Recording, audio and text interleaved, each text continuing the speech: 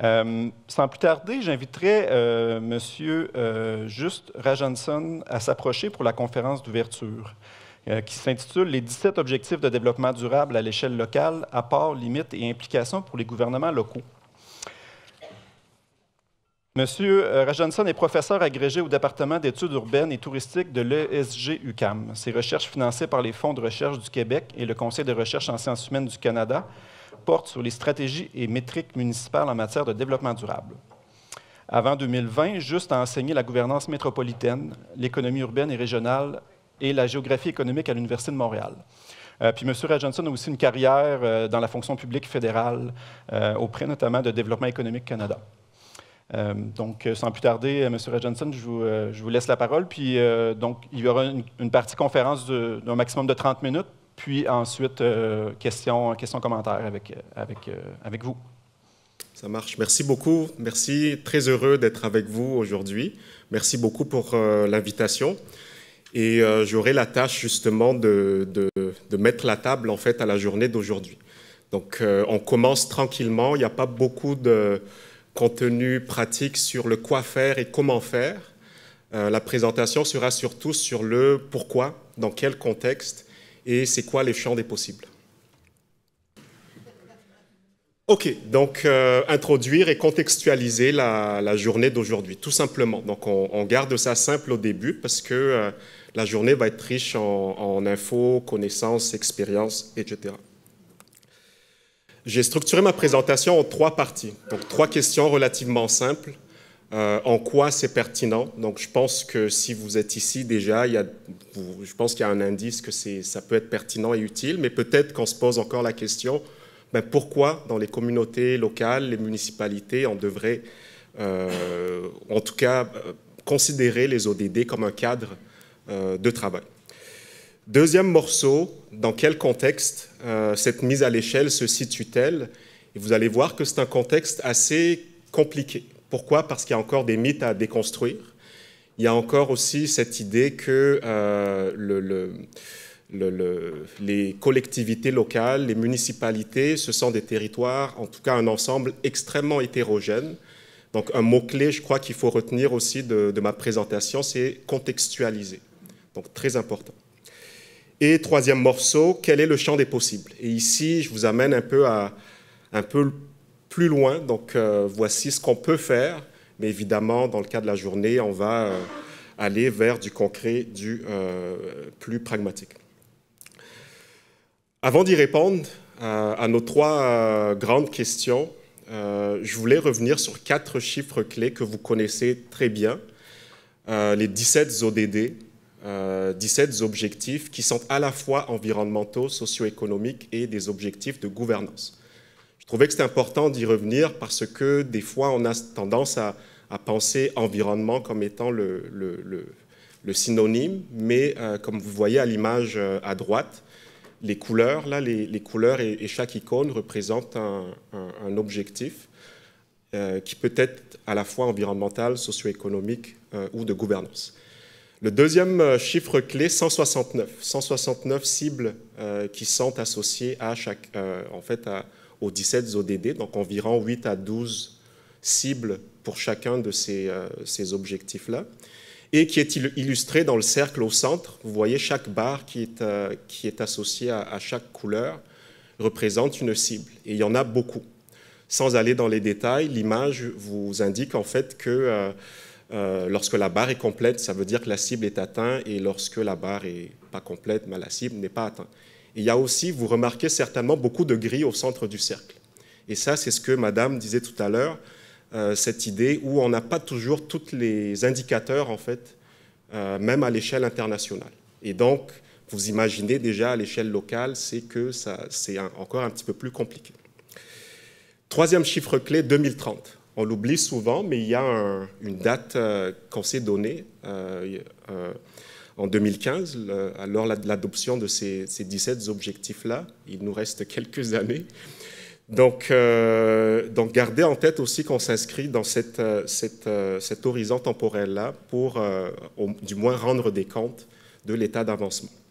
Et finalement, 177 pays simplement pour vous dire que c'est pas nouveau, c'est pas inconnu, c'est quelque chose qu'à l'échelle internationale, c'est établi. Par contre, paradoxalement, et on va le voir aujourd'hui, à l'échelle locale, il y a très peu encore de démarches, du moins qui utilisent le cadre des ODD comme cadre de référence. Donc on a de grands objectifs et il faut les localiser, c'est-à-dire il faut les adapter aux réalités locales. C'est un peu la raison pour laquelle on est ici aujourd'hui. La localisation des ODD, et ça c'est une définition que j'ai traduite librement d'un article de City en 2021, c'est cette idée d'adapter les objectifs mondiaux à des réalités locales. Ça implique d'identifier des sous-ensembles de ces ODD-là qui sont les plus pertinents localement, d'imaginer des voies futures possibles, c'est-à-dire de regarder vers où on s'en va, parce que le but d'un objectif, c'est qu'on se donne un cadre de référence. Et très important, que j'ai surligné en jaune en bas, que vous voyez à l'écran, impliquer les communautés locales. Donc c'est un peu ce que le discours de M. le maire disait tout à l'heure, c'est très important. Donc d'impliquer finalement les collectivités. Autrement dit, ce n'est pas la job exclusive de la municipalité. Au contraire, bien au contraire, c'est un travail collectif. Alors, première question, pourquoi la mise à l'échelle locale des ODD est-elle pertinente? Il y a plusieurs raisons. Et dans le cadre de mes travaux, j'ai fait un peu de revue de littérature là-dessus. Et je voulais vous organiser en fait la réponse à cette question du pourquoi c'est pertinent en 4 morceaux. La première raison, elle est fondamentale. Les gouvernements locaux, sont instrumentaux, sont indispensables en fait pour mettre en œuvre les objectifs de développement durable. Pourquoi? Parce que selon les rapports de l'OCDE sur les bonnes pratiques et ce qui existe en fait à l'échelle internationale, il y a au moins une centaine des cibles que vous avez vues précédemment là dans l'image que j'avais montrée. Il y a au moins une centaine de ces cibles qui ne peuvent pas être atteintes sans la contribution des gouvernements locaux pour plusieurs raisons, dont le fait qu'il y a des prérogatives municipales, entre autres, qui leur sont propres.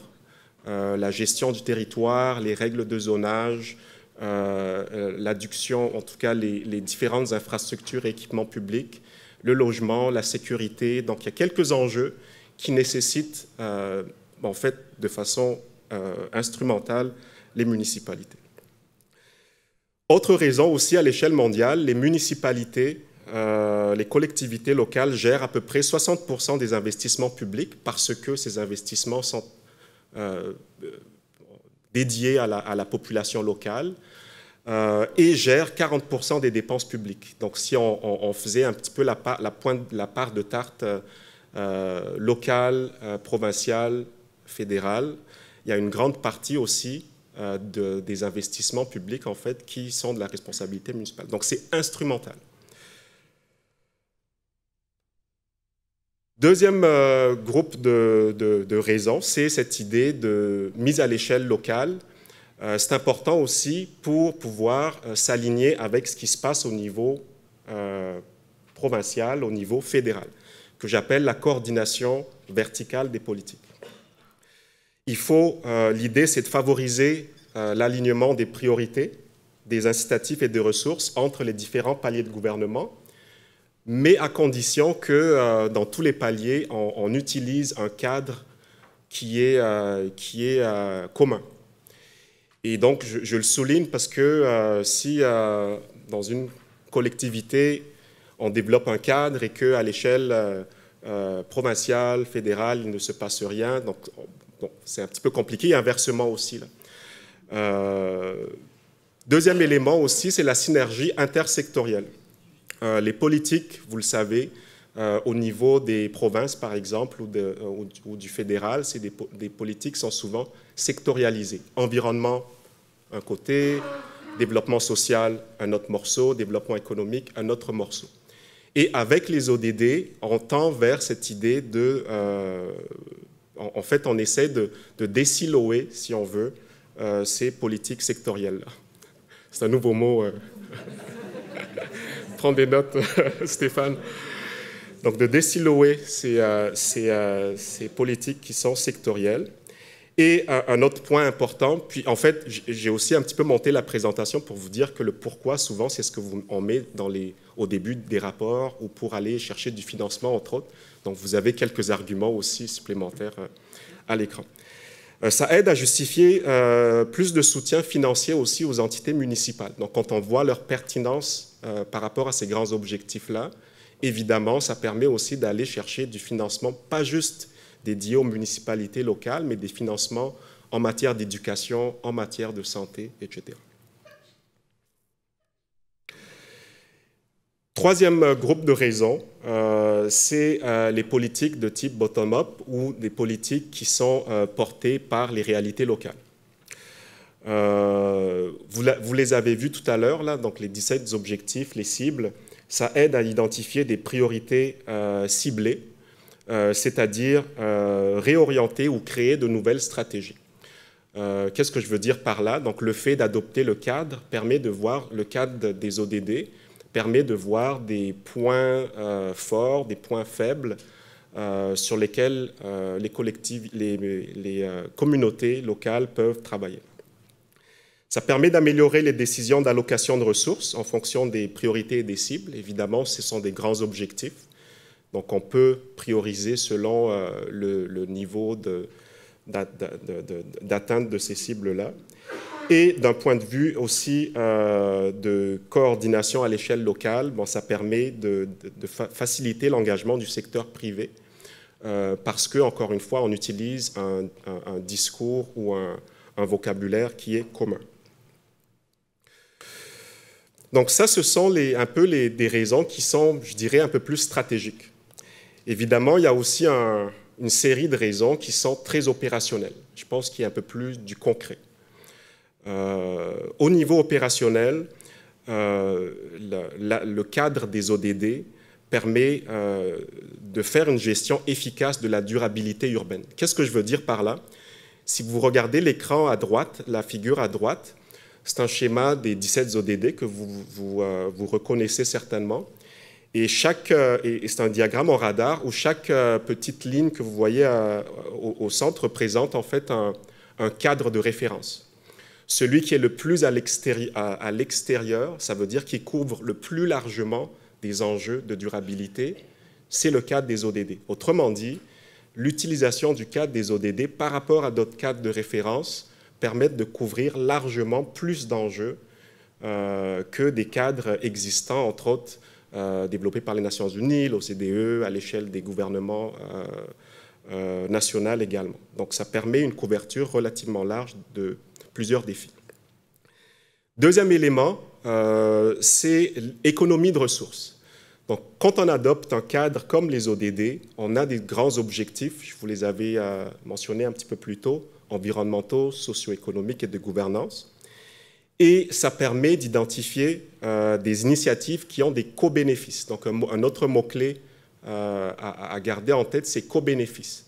Le fait, par exemple, de travailler sur un enjeu environnemental de plantation d'arbres ou de reforestation, oui, ça a une vocation environnementale, mais on pourrait, par la même occasion, en profiter pour avoir des bénéfices économiques pour des communautés locales, des bénéfices sociaux, etc. Donc, cette idée d'utiliser un cadre comme les ODD, ça permet de réconcilier, en fait, plusieurs bénéfices et partager aussi les responsabilités. On parlait tout à l'heure de travail collectif, donc il y a aussi cette possibilité-là qu'offre un cadre comme les ODD. Troisième élément, j'en ai glissé déjà un mot tout à l'heure, les opportunités de financement. Donc, des fois, des enjeux environnementaux nécessitent des actions au niveau de l'éducation ou de la formation. Et on peut, d'un point de vue très concret, là, être admissible à des financements qui sont dédiés à des enjeux qui sont interreliés. Et quatrième raison, c'est la posture de précaution. Donc, depuis de nombreuses années, on travaille dans chacune des municipalités, les entités locales, on travaille beaucoup avec une logique de gestion des risques. Gestion des risques, c'est-à-dire quelle est la probabilité qu'un événement arrive, et donc on va planifier en fonction d'eux. Et l'idée, c'est d'aller de passer d'une gestion de risque à une gestion de résilience, c'est-à-dire par rapport à ce qui s'en vient, par rapport au futur, on sait que ça s'en vient, on sait qu'il y a des enjeux environnementaux, d'inondation, de feux de forêt, ce genre de choses-là qui vont se multiplier. Comment on peut, même si les conséquences ne se produisent pas encore aujourd'hui, commencer à se préparer? Parce que lorsque le problème est en face de nous, ça va nous coûter plus cher en ressources, en énergie, etc. Donc, avoir aussi, à ce moment-là, une posture de précaution. Je donnais ici comme exemple les infrastructures vertes. Donc, il n'y a peut-être pas nécessairement encore d'un enjeu d'inondation, mais peut-être qu'il va falloir, des fois c'est déjà le cas d'ailleurs, mais il va falloir commencer à mettre en place des infrastructures en conséquence. Donc ça, c'est le pourquoi. Je pense que vous avez quelques arguments là qui sont à la fois stratégiques et opérationnels. Deuxième question de ma présentation. Donc là, on passe du pourquoi au contexte. Dans quel contexte cette mise à l'échelle se situe-t-elle? Première chose, puis je ne vais pas aller trop dans les détails, je crois qu'il faut garder en tête qu'on est dans un contexte historique un peu particulier. Comme vous voyez à l'écran, là, une ligne du temps. Les ODD sont arrivés à peu près en 2015, mais avant 2015, comme vous le savez, les municipalités existaient déjà, les gouvernements existaient déjà. En fait, il y avait pas mal de choses déjà qui étaient en place, là. Vous avez quelques exemples ici à différentes échelles. En haut, au niveau des Nations Unies, au niveau de l'Union européenne et des pays de l'OCDE, il existait déjà des cadres en fait, qui ont été développés au préalable. Et donc, les ODD arrivent un peu dans un contexte où il existe déjà un certain nombre d'outils. Au Canada, la Fédération canadienne des municipalités a développé une initiative qui était les communautés viables ou les communautés durables en 2001, avec une série d'indicateurs et de cadres. Au Québec, bon, il y avait des villes comme Baie-Saint-Paul, parlé tout à l'heure en 2004 ou 2005, avec l'agenda 21 local. Victoriaville, que vous connaissez certainement par rapport aux enjeux de gestion des matières résiduelles, entre autres, depuis les années 70 et même avant. Québec, depuis 2010 au moins, avait un plan. Donc, en fait, à cette date de 2015, il y avait pas mal de choses en fait, qui ont été déjà mises en place. Ce qui amène une conséquence qui est inévitable, c'est que les ODD étaient relativement peu utilisés comme cadre à l'échelle des villes. Donc, si on se fie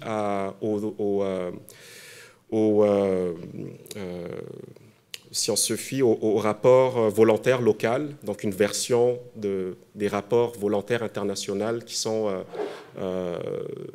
utilisés aux Nations Unies, il y a à peu près 196 municipalités qui déclarent, en tout cas qui font une revue de leur démarche en lien avec les ODD sur à peu près 1 million de villes dans le monde. Et au Québec, on estime à peu près à environ une dizaine. Donc, qui utilisent de façon formelle, si on veut, le cadre des ODD.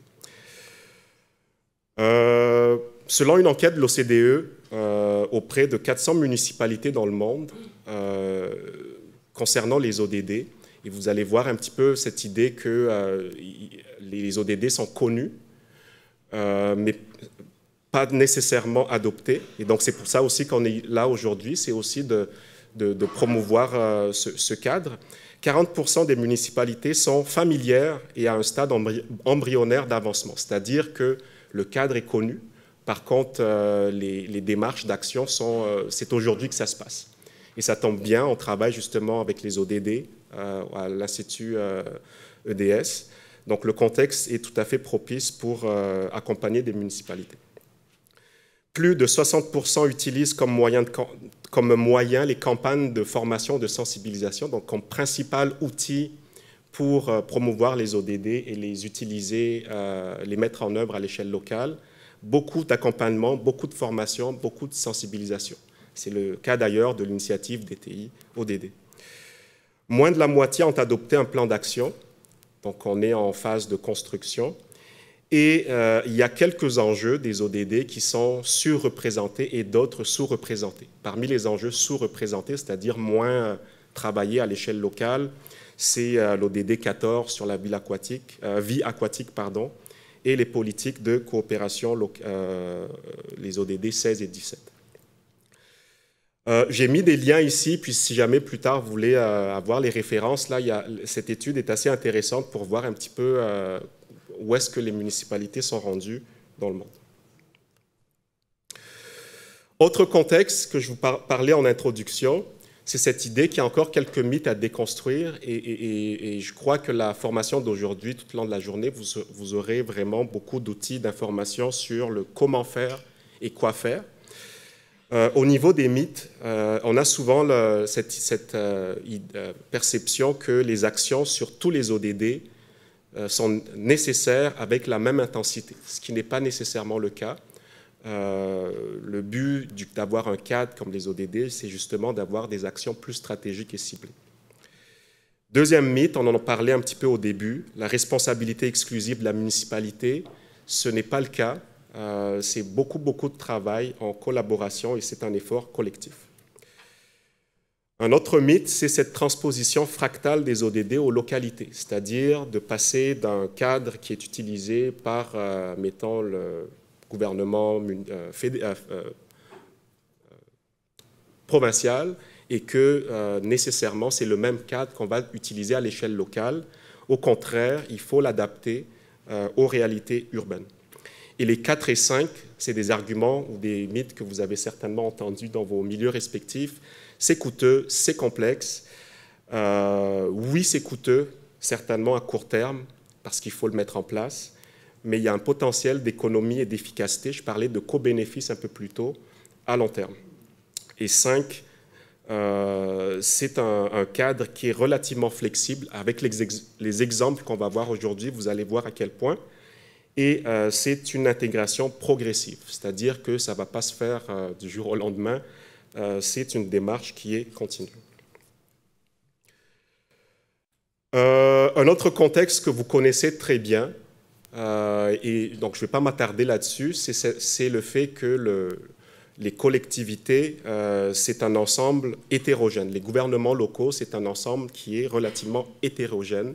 Les variations, les besoins et les priorités locales sont très diversifiés. À titre d'illustration, je vous ai mis à l'écran un graphique qui n'est pas compliqué. C'est un graphique qui montre les budgets locaux ou la part des dépenses publiques locales sur des enjeux que vous connaissez au niveau des municipalités, loisirs, urbanisme, santé, transport, sécurité. Et chaque petite barre que vous voyez à l'écran, c'est des groupes de municipalités. Donc on peut voir que certains groupes de municipalités dépensent largement que d'autres sur certains enjeux et inversement sur d'autres enjeux, les parts ou la contribution du budget varient beaucoup. Et ça donne une indication qu'en termes de non seulement de priorité mais de besoins, c'est très varié en fait d'un groupe de municipalités à l'autre. Donc là, les municipalités sont présentées en termes de taille de municipalité. Est-ce que ça va jusque-là? Je ne vous perds pas trop. C'est bon. Et pour conclure ce contexte, je vous ai mis aussi ici une série de facteurs qui différencient les villes selon les tailles. Donc c'est vraiment un aperçu. Je sais qu'il y en a beaucoup, mais du moins dans nos activités de recherche, ce qu'on a observé entre les villes de 100 000 habitants et plus, et à l'autre extrémité, les villes de 5 000 habitants et moins. Évidemment, au centre, il y en a beaucoup, là, mais une grande diversité. C'est que le contexte est très différent. Au niveau de l'attente des citoyens dans les grandes villes, on attend à ce que la municipalité soit proactive, c'est-à-dire des enjeux qui ne sont même pas encore une réalité ou sous-représentés. On s'attend à ce que la municipalité les intègre dans leur planification. Et donc, ça amène dans un contexte dans lequel, par exemple, à la ville de Montréal, il y a 50 plans, 75 plans d'action, et des fois, ça sert pratiquement pas grand-chose parce que c'est un peu trop tôt ou en tout cas les enjeux sont traités de façon trop exhaustive. À l'inverse, dans les municipalités de plus petite taille, on s'attend à ce que les autorités locales soient réactives. Donc, dès qu'il y a un problème, le lendemain, on reçoit un coup de téléphone, il faut réagir. Donc, la dynamique est un petit peu différente. Les leviers financiers dans les grandes villes sont nombreux et variés. Ce n'est pas le cas dans les plus petites communautés. La dynamique des parties prenantes, souvent dans les grandes villes, on a des intérêts très diversifiés. Dans les plus petites communautés, les intérêts sont relativement communs pour la qualité de vie au sein des communautés. Et souvent, on voit aussi je dis entre guillemets, grands donneurs d'ordre, mais de grandes entreprises qui viennent s'implanter sur les territoires et qui changent un petit peu aussi la dynamique locale. Au niveau de l'offre et de la demande urbaine, l'offre urbaine, elle est souvent saturée dans les grandes municipalités. Et à l'inverse, dans les plus petites, c'est différent. Donc, je pense que c'est des réalités que vous connaissez bien. Et la demande aussi est différente. Donc, les enjeux de compétition pour habiter au centre sont différents ou varient aussi selon la taille des municipalités. Et finalement, la dynamique démographique, stable ou en croissance, et non stable souvent dans les plus petites communautés ou en déclin. Donc, c'est dans ce contexte qu'il va falloir travailler. Et c'est dans ce contexte qu'on va devoir réfléchir ensemble aussi dans le cadre de la formation, de garder en tête que les exemples que vous allez entendre aujourd'hui s'inscrivent dans des contextes quand même qui sont très spécifiques. Pour les champs des possibles, puis je ne vais peut-être pas m'attarder beaucoup là-dessus, parce que tout ce que je voulais dire, en fait, dans les prochaines diapos, sont résumés dans la diapo que vous voyez à l'écran. Le champ des possibles, c'est de croiser les ODD dont on a parlé aujourd'hui avec les champs de compétences, ou plutôt les champs d'action des gouvernements locaux dans ce contexte-ci. Il y a d'abord le volet corporatif. Le volet corporatif, c'est quoi? Donc, pour toute entité, organisation privée, publique, peu importe, on a un volet qui est corporatif, donc nos façons de travailler, nos tables, nos chaises, nos bâtiments, nos lumières, etc., sur lesquels on a une emprise, donc quelque chose qu'on peut changer. Le deuxième volet, c'est le volet des services, infrastructures publiques et territoires. Donc, c'est plutôt le volet que j'appelle la mission d'un gouvernement local. Donc, ça, c'est d'offrir des infrastructures, des équipements, des services pour le public et de s'assurer que ces équipements, services et infrastructures s'inscrivent dans les ODD. Et troisième volet, influence. Et ça, je crois qu'on l'oublie souvent, mais un rôle aussi d'un gouvernement local, c'est d'influencer le comportement des citoyens, des visiteurs, des entreprises sur son territoire. Et ça peut prendre plusieurs formes, la sensibilisation, les incitatifs, l'écofiscalité, l'accompagnement, le maillage. Donc, ce genre d'éléments un peu plus soft, je vais dire, comparativement au volet services, infrastructures publiques et territoires.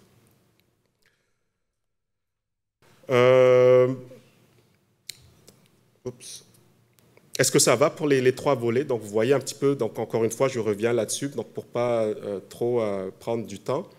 Volet corporatif, ce sont nos pratiques, nos façons de faire au bureau, les tables, les chaises, etc. Le prendre soin aussi de nos employés, donc ça en fait partie. Services, infrastructures publiques et territoires, c'est cette idée d'avoir des équipements et des services qui s'inscrivent dans les ODD. Et le volet influence des comportements des citoyens, visiteurs et des entreprises.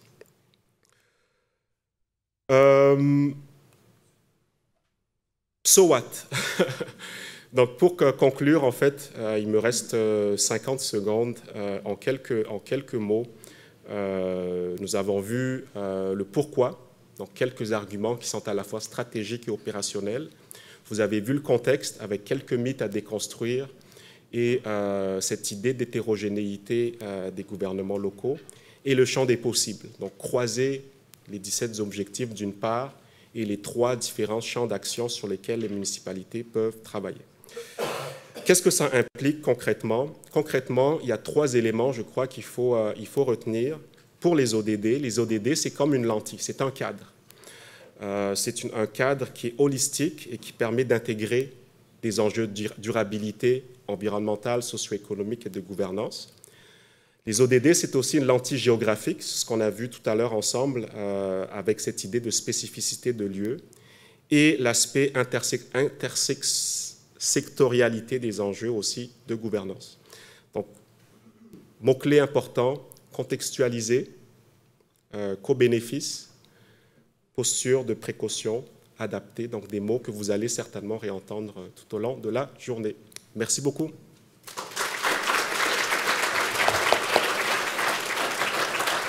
Merci. Juste avant de passer à la période de questions et d'échanges avec notre conférencier, je voudrais juste mentionner que, bien sûr, mes collègues Liliana et Colline vont distribuer les micros dans la salle si vous voulez prendre parole pour s'assurer que les gens en ligne vous entendent bien aussi. Puis, sachez que l'événement est bien sûr capté pour diffusion en direct, mais aussi va être disponible en rediffusion. Donc, sentez-vous bien à l'aise de venir nous voir là, si vous avez des inconforts, est-ce que vos interventions soient rediffusées. Il y a toujours moyen de faire un petit montage par rapport à ça. Là. Donc, sentez-vous bien à l'aise. Je ne veux pas que ça vous gêne parce que vous ne voulez pas nécessairement vous voir en ligne par la suite. Donc, voilà. Donc, sans plus tarder, on va passer à la période de questions. On aurait besoin de quelqu'un qui casse la glace. On a un monsieur ici. Oui, bonjour. Première question, est-ce que ce matériel-là va nous être disponible, les diapos? Bien, en fait, je peux le dire, on a eu la question aussi, là, les gens en ligne vont être contents d'avoir la réponse. J'ai eu quelques questions à ce sujet-là. Dans le fond, on va vous faire un courriel post-événement avec un lien vers l'ensemble des présentations dont les intervenants ont confirmé, là, bien sûr, leur accord pour distribuer le contenu. Donc, je pense que la majorité du contenu va être rendu disponible par la suite. Puis, en plus, là, il va y avoir une rediffusion. Donc, il y aura toujours possibilité de revoir le contenu par la suite. Merci. Ma question spécifique, c'est sur votre point de contexte. Vous avez parlé des ODD 14, 16 et 17 qui étaient moins représentés dans les municipalités. Est-ce qu'on peut en déduire qu'il y a peut-être des opportunités de financement ou de support là, vu que si elles sont moins représentées, il y a peut-être des ressources qui sont moins sollicitées? Donc, est-ce qu'on peut déduire ça pour les municipalités?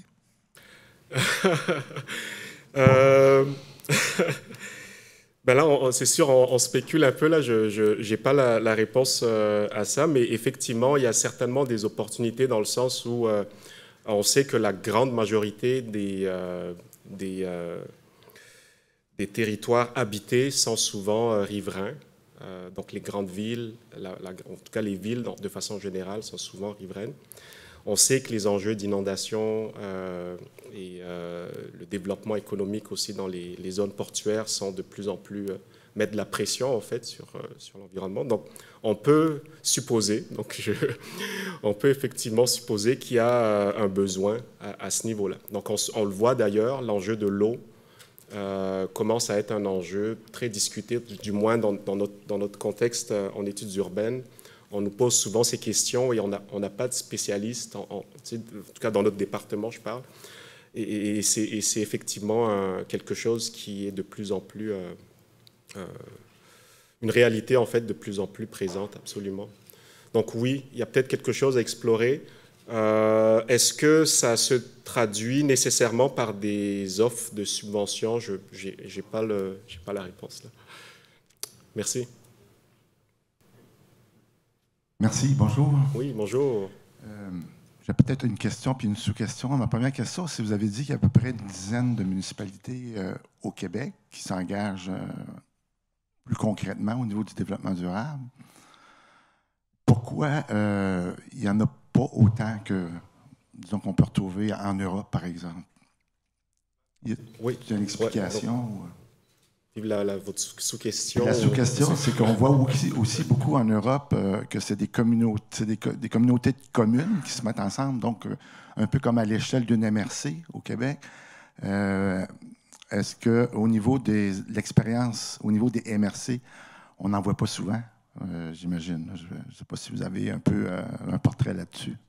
Je comprends la question. Donc, peut-être une petite nuance quand même de mon côté. Là, quand je vous disais d'une dizaine de municipalités, c'est plutôt celles qui utilisent le cadre des ODD. Donc, ceux qui utilisent les 17 objectifs de durabilité comme cadre qui structure leur démarche. Par contre, à l'échelle du Québec, depuis 2012, le ministère des Affaires municipales, que je salue ici, depuis 2012, font un sondage sur les démarches municipales en matière de développement durable, qui couvre les dimensions environnementales, sociales, économiques. En 2012, je crois que le sondage indiquait à peu près 36% ou 38% de municipalités qui ont des démarches. Donc, et c'est à peu près 700 municipalités qui ont répondu, donc à peu près, il y en a quand même beaucoup sur les 1107 que l'on a.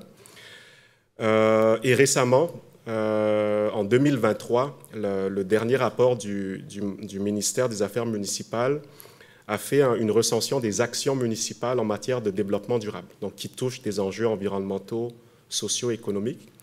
Et la méthodologie a changé un petit peu, donc c'est à peu près 84% des municipalités qui ont des actions sur au moins un des objectifs que l'on a vu aujourd'hui. Donc, ça en fait quand même pas mal, beaucoup. Si ça vous intéresse, vous pouvez lire le rapport du ministère des Affaires municipales, qui est vraiment intéressant parce qu'il donne justement les enjeux qui sont les plus travaillés par les municipalités du Québec. J'aurais pu vous le montrer aussi aujourd'hui. Donc, il y a quand même beaucoup. Par contre, c'est vraiment, on parle ici du cadre des ODD, c'est-à-dire puis c'est ce qu'on va voir d'ailleurs aujourd'hui là au niveau de la formation. C'est comment faire, quoi faire, c'est quoi les étapes. Donc, c'est un peu il y en a à peu près, puis là, c'est une estimation, là, une dizaine. Comment on l'a fait? Donc, on travaille présentement, on utilise en fait des techniques d'intelligence artificielle pour aller chercher les infos diffusées par les municipalités sur leurs pratiques de durabilité. Et ça nous a permis justement d'estimer une dizaine de municipalités qui en font au moins mention des ODD. Donc, si ils font mention des ODD, on arrive à le capter en fait dans nos trucs. Et c'est pour ça que je l'estime à peu près une dizaine de municipalités, là. Donc, il y a encore beaucoup d'opportunités à faire. Et vous allez voir que parfois, on oublie qu'il y a déjà des actions qui sont en place, qui contribuent pas mal déjà, beaucoup aux ODD.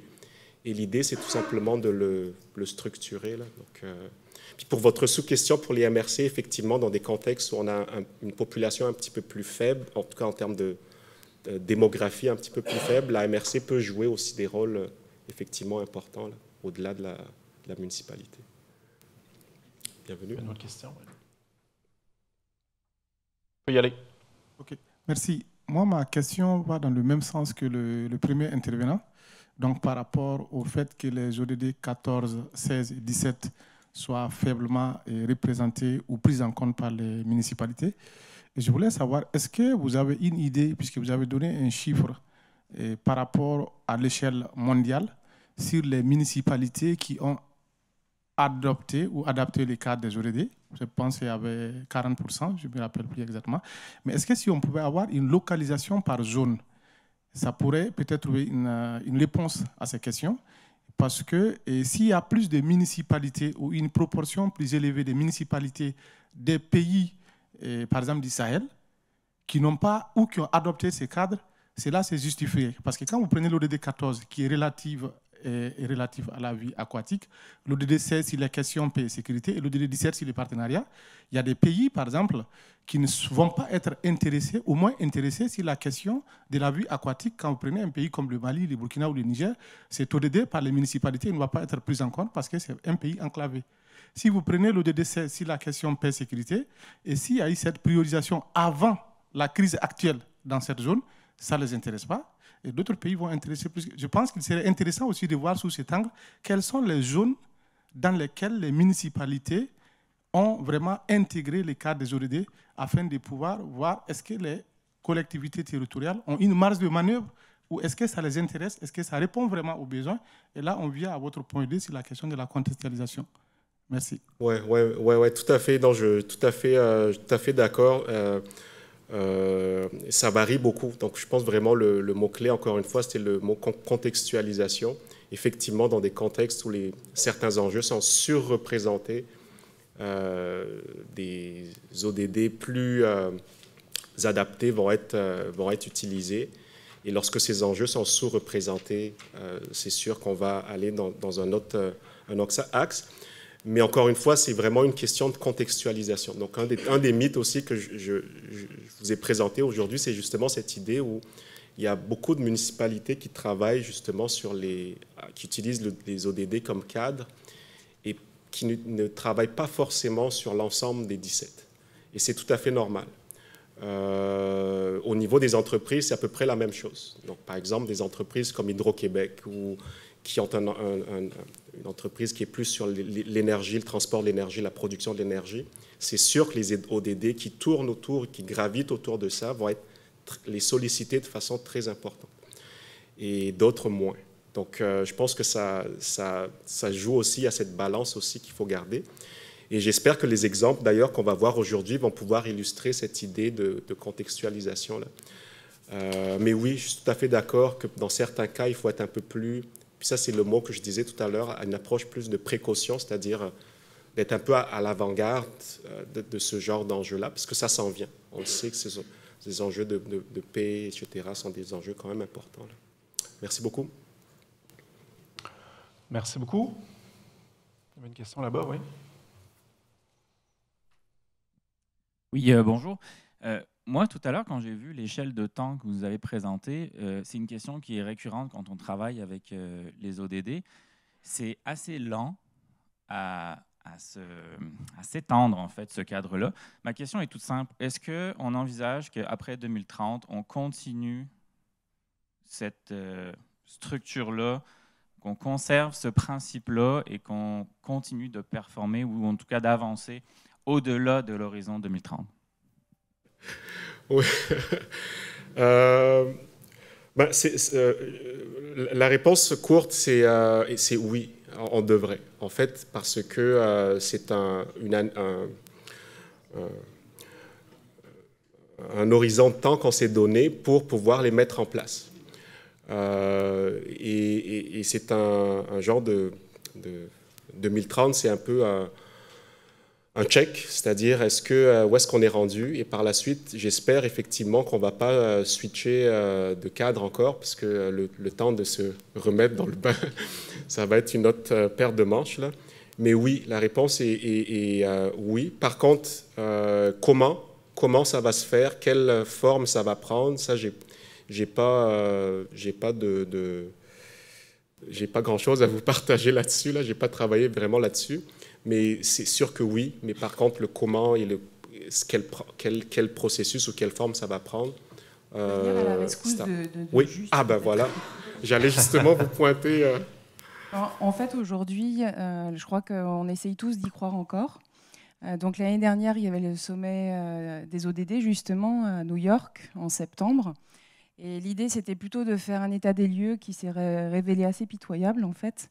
Parce qu'on est à peu près à 19% d'atteinte des ODD dans le monde. Et l'idée, c'était justement en septembre qui arrive, avec le sommet du futur, de redonner encore une pique aux différents États, bien sûr, mais également aux différents acteurs, pour essayer d'atteindre la majorité des ODD d'ici 2030. Les négociations en tant que telles, vous savez, on n'est pas très bon en négociation, on est très long. Et généralement, on attend toujours le dernier moment. Donc, on ne voit pas de négociation avant 2028, je pense. Bien sûr, on en parle, mais là, on est encore dans la période où on essaye de faire un bilan pour donner un dernier coup d'accélérateur, en espérant ne pas avoir à négocier des choses trop dures. Merci. Je voulais juste revenir sur les questions d'avant. Parce qu'il y a aussi une question pour les ODD à vie aquatique et autres, et partenariats. Ce sont aussi des questions qui ne sont pas forcément de la responsabilité de la municipalité, de la collectivité locale. C'est l'apanage des États, des nations. Donc c'est aussi ce qui explique que généralement, pour les collectivités locales, en tout cas, on voit moins ces ODD être remplis. Beaucoup, merci beaucoup. Juste pour compléter, on voit circuler, tu le sais, Cécile, on voit circuler depuis quelque temps, là, parce qu'il va y avoir le sommet du futur là, à New York en septembre. Puis il y a énormément d'organisations non gouvernementales, d'acteurs qui commencent à se positionner, puis en sollicitant d'autres acteurs pour venir discuter et commencer à mettre une forme de pression pour le maintien du cadre des ODD. Je ne sais pas si tu as vu circuler ça, mais on le voit circuler beaucoup. Donc il y a une série d'acteurs qui se préparent à ça. Donc on peut juste attendre et voir ce qui va se passer, mais où y contribuer. On croise les doigts. Oui. Une dernière. On aurait une dernière question rapidement, s'il vous plaît, monsieur ici. Merci, monsieur Johnson, pour votre présentation. En fait, ma question, c'était un peu dans ce sens. On a passé des OMD 2000-2015, à l'horizon 2015-2030, les ODD. Comment est-ce que les négociations au niveau des Nations Unies, on est d'accord? Oui. Mais est-ce qu'on ne sous-tend pas, on est en 2024, 6 ans, 2030, on a vu les cibles, on a vu un peu. Est-ce que on ne tend pas vers quelque chose qui va dire, on est à l'horizon 2030, on n'a pas atteint les objectifs, qu'est-ce qu'on va faire? Et je pense que vous avez soulevé un mot extrêmement important, c'est la contextualisation. Mais je pense au niveau des collectivités, il faudrait que aussi une sorte d'inspirer confiance, parce que vous l'avez si bien dit au début, c'est les collectivités qui, au niveau local, c'est eux qui font les actions. Plus les valoriser, plus inspirer confiance aux collectivités, parce qu'ils font beaucoup de choses en fonction de contextualisation que parfois, on a passé de côté, on n'a pas pris en compte. C'est votre position, oui. Après 2030, on est à 6 ans de cela. J'espère qu'on ne va pas avoir un autre concept, à part les OMD, Agenda 21, je me rappelle, dans les études, il y avait les Agenda 21. Après les Agenda 21, les OMD, à l'horizon 2015 et 2015-2030, les ODD.